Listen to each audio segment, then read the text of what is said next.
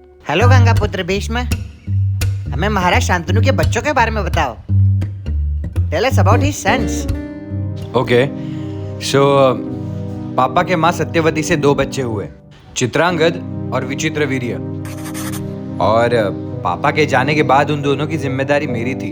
Wow. Yes, because of wow. Audience को बताओ। मैं प्रतिज्ञा लेता हूँ कि मैं कभी राजा नहीं बनूंगा, हमेशा हस्तिनापुर की रक्षा करूंगा और कभी भी शादी नहीं करूंगा।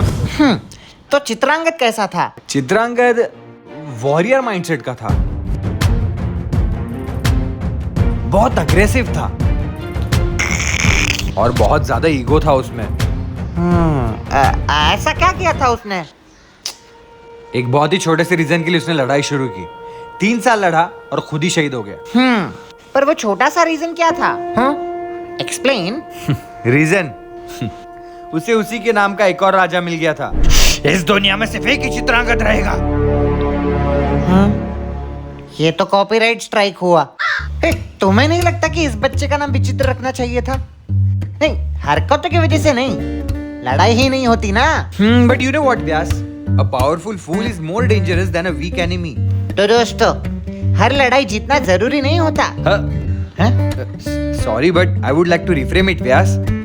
हर बार लड़ाई करना ही जरूरी नहीं होता। It saves your time, energy and mental peace. तो बताओ गंगापुत्र भीष्म, हस्तिनापुर के दूसरे उम्मीदवार के बारे में, विचित्रवीर्य के बारे में। उसकी कहानी थोड़ी इंटरेस्टिंग है, थोड़ी कॉम्प्लेक्स है पर इंटरेस्टिंग। विचित्रवीर्य, उसकी शादी मैंने 3 बहनों से कराई, अंबा, अंबिका और अंबालिका। 3 बहनों की शादी एक ही राजा से? इंटरेस्टिंग। नहीं, एक्चुअली 2 ही बहनों से हुई। 3 बहनों को लाए लेकिन 2 से ही शादी हुई। व्हाई? Explain audience. अंबा किसी दूसरे राजा से प्रेम करती थी, इसलिए हमने उसे जाने दिया। ओह, तो अंबा ने किसी दूसरे राजा से शादी की? नहीं, अंबा की शादी किसी दूसरे राजा से भी नहीं हुई, किसी से नहीं हुई। व्यास, ये टॉपिक थोड़ा सेंसिटिव है, हम इसके बारे में बाद में बात करें। अरे बताओ, अपने ही लोगे, बताओ। ओके, तो अंबिका और अंबालिका की शादी विचित्रवीर्य से हुई। हाँ, कंटिन्यू। कुछ समय बाद विचित्रवीर्य चला गया। हस्तिनापुर को उसका राजकुमार दिए बिना ही चला गया। कैसे? Health issues. एक बेटा ईगो में गया, एक बेटा बीमार होके गया, और एक ने प्रतिज्ञा ली हुई थी। मतलब हस्तिनापुर का भविष्य अभी अंधेरे में था। And that's when माँ Satyavati called her first kid.